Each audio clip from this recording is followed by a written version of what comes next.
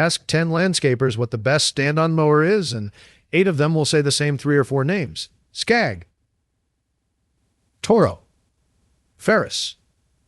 Right. Fair enough. Those machines earn their reputation, but most popular and best fit for you aren't always the same list. If you're mowing hills, tight gates, and long shifts instead of flat commercial turf all day, the machine everyone's hyping might not be the one that saves your knees and your budget. Here are 3 stand-ons that don't get talked about nearly enough for 2026. Tell me your deck size in the comments, and hang around for number 1. It might be the biggest sleeper on this list. At number 3, the Gravely Pro Stance. Gravely gets treated like the little brother in this category, which never made much sense to me. The current Pro Stance was rebuilt from the ground up around weight distribution. The frame sits lower, and the weight shifts toward the operator, so hillsides feel far less sketchy than on older stand-on designs. Cutting height adjusts through a thumb release and pin system instead of wrestling a spring lever, and a cruise bar speed limiter is a small touch that matters a lot on tight residential lots. Gravely also rolled out a suspended platform late in the 2026 lineup purely for comfort. Underneath it all, a 7-gauge deck, Kawasaki power up to 23, 5 horsepower, and a 5-year 1,000-hour warranty that most competitors don't match at this price. Nobody's buying this one to brag about top speed. They're buying it because it does the job well, holds up, and doesn't wreck the budget doing it, which, for most properties, is the whole assignment. At number 2, the Bad Boy Revolt. People hear Bad Boy and picture an entry-level backyard mower. That's outdated thinking, and the spec sheet proves it. The Revolt's frame is shorter with a curved I-beam front end, which drops the center of gravity and opens up sightlines most standards don't offer. It runs dual hydro-gear drives and a deck that's genuinely heavier than most in its class. 7-gauge steel, 3/8-inch reinforced sides, and a pair of patented isolators built specifically to absorb side impacts instead of transferring them straight into the frame. Reaper tires grip hillsides well, and the height of cut adjustment is a one-touch affair instead of a multi-step process.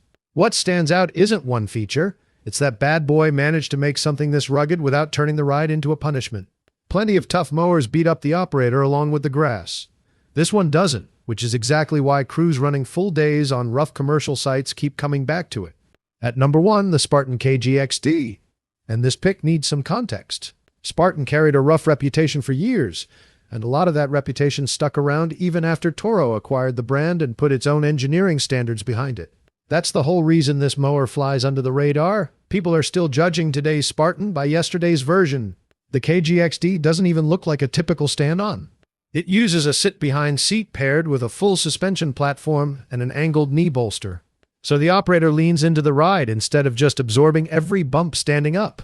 Some owners genuinely rate it more comfortable than a sit-down zero-turn. Engine choices run from a 25, 5-horsepower Kawasaki FX801 up to a 37-horsepower Vanguard Big Block. The hydraulic wheel motors go 1,000 hours between oil changes, and traction control on inclines comes from Spartan's GT Track system. This is a mower built for operators logging long hours on properties with real terrain, not a flat-lot speed machine. The trade-off is availability. Spartan's dealer and parts network changed hands recently, so finding support can take more legwork than with the bigger names. If you can find a dealer, though, this is the one on this list most likely to genuinely surprise you. So, 3 stand-ons worth a second look in 2026. Gravely Pro Stance for value and hill confidence without the commercial-grade price. Bad Boy Revolt for crews who need something tough that still treats the operator decently after 8 hours. And Spartan KGXD at number 1 for a comfort and terrain handling combination most standards simply don't offer, wrapped in a reputation the brand has already outgrown. What matters most to you on a stand-on? Comfort, hill traction, deck toughness, price, or raw power? Drop it below.